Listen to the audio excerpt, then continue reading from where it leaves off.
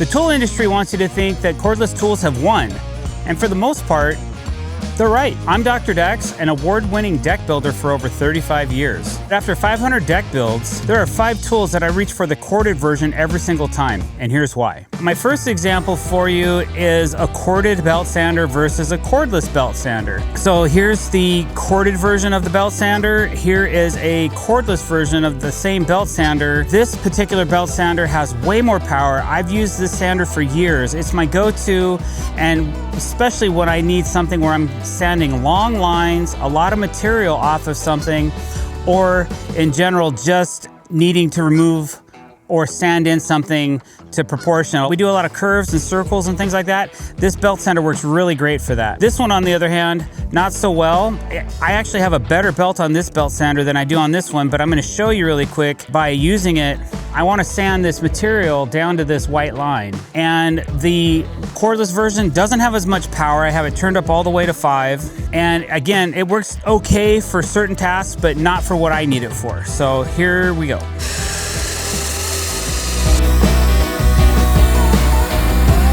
You can see that's gonna take forever. It's got a relatively decent belt on it, but it just isn't delivering the power I need it to remove a lot of material quickly. So let's see how this particular belt sander does, the corded version, on the same material.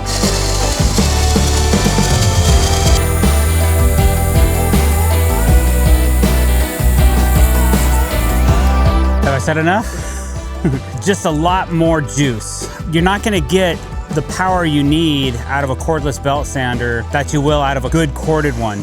They no longer make this version, unfortunately, so I have several that I purchased off people off the internet, and I keep repairing the ones that break down. It's been such a good tool, I wish DeWalt would bring it back. When you find a good corded tool, sometimes it can't be replaced with a cordless one. One day I had purchased a new cordless table saw, 10-inch, and I was so stoked. I threw a battery in it and I started ripping some pressure-treated hemlock. I was ripping 20-footers. I got through one and I started ripping the second one, and in the middle of the rip, it stopped. I'm like, why is it stopping? I'm 30 feet in. I go check the battery and it was completely dead. When you're ripping heavy, wet, hard to manage materials, a cordless table saw isn't gonna cut it. That's why I use this right here. This is my 10-inch corded compact job site table saw from DeWalt. It's got good power. It allows me to rip whatever I want, whenever I want, and I've ripped miles of materials on this. Another thing that can get really tricky is when you're ripping PVC. PVC flat, easy.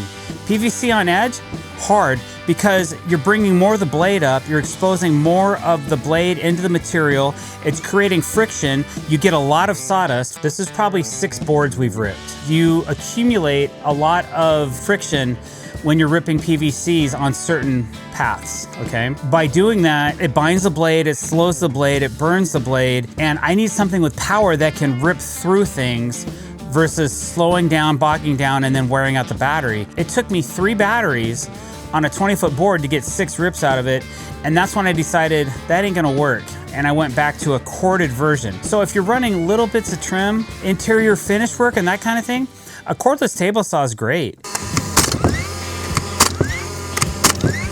And that's why I really don't care for cordless framing nailers. You get a lot of this kind of action going on where the nails just don't quite drive in. Now this is really dense material, but sometimes this is what I need a nail to go into, is something like this. Whereas a pneumatic nail gun will always do the trick. Now I don't have a compressor here today, but you can see that we have pneumatic nail guns on site. They hook up to an air compressor which plugs into a wall, so I still consider this a corded tool. But this particular gun will drive these nails into this material, so they're below the surface of the material. Because what I have to do now is I would have to take a hammer and I would have to go in and hit each one of these down in, or even with a punch, to get them to sit below flush of the material that I'm driving into. That's why we always keep pneumatic guns on our job site, because cordless guns can work, but we often find ourselves going through and banging all the nails in because they just won't set in completely the way I want them to. So even when they're set to full depth, they just don't make it happen. If I can run my regular nail guns at about 120 PSI, pounds per square inch. That usually does the trick. With a cordless gun, you're gonna be definitely smacking nails in no matter what. All right, my next corded tool that I like over a cordless tool is a heat gun. We use heat guns a lot in folding our corners of our miters, of our ends of our decks. Another thing we use heat guns for is removing light scuffs and scratches. That one's a little bit tougher. The first one's really light. Probably easily get that one out. This one might take a second more. The reason I like the corded heat gun, it just delivers more heat quicker than a cordless gun will. What I'll do is I'll start up and heat with this one first. This is just a cobalt one I got at Lowe's. I'm gonna do half of this. I'm gonna melt this away. So I'm gonna make this line disappear, okay? Now, you can use too much heat.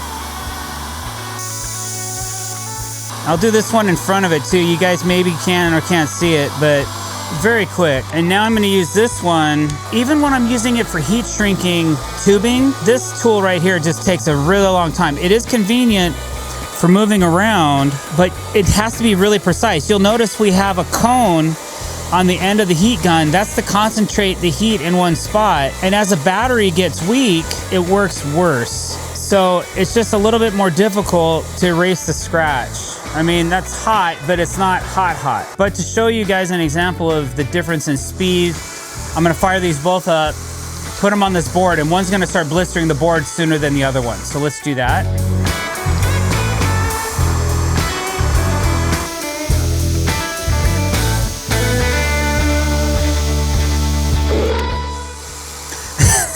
That's why I like a corded heat gun better than a cordless one. Now, some people out there love these guys.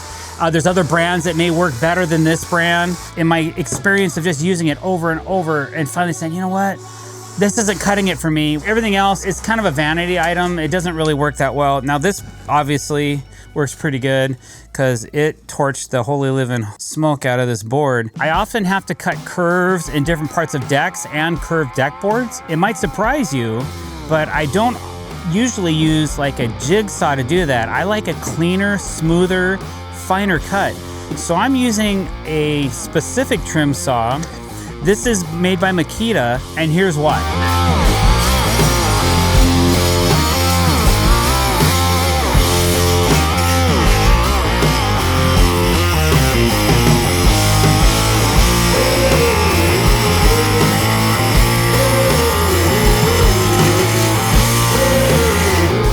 Now you could hear that there was a little bit of tension in that because this is a fairly tight curve, but I like to use this saw because it has a lot of power for the size.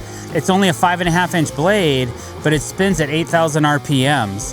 So it gives me a nice, smooth, clean cut. I use a high quality blade with a lot of teeth so that I can get a smoother finish on it as well. I like using this saw because I can cut my curves. Once I get going, I just take my time and let the blade spin.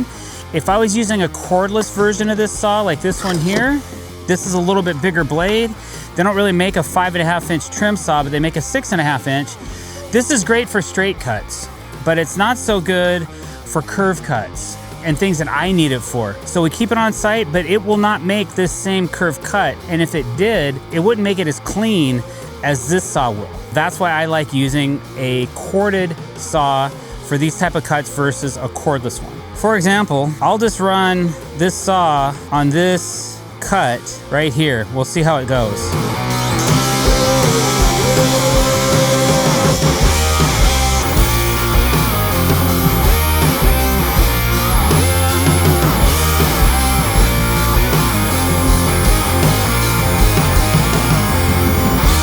So it took a little bit longer to make the same cut. It wasn't a bad cut. You can see it kind of melted the edge a little bit. We could probably rasp that out. I have to cut more than 2 feet of these type of cuts. So normally I'd be cutting 20 or 30 feet and the saw can warm up and get hot and I need that higher RPM to keep the cut going. Eventually this blade's gonna heat up and start to warp and wobble a little bit, which will make the cut less accurate. So that's why I like to use a corded saw versus a cordless saw. And that corded saw is probably about 10 years old. Cordless has genuinely changed the way I build. There are several tools that I run cordless that I never thought I would. But for these 5, the cord stays on. And that's not a knock on the technology, that's just where we are at this moment in time. Maybe that changes. And if it does, I'll definitely let you know.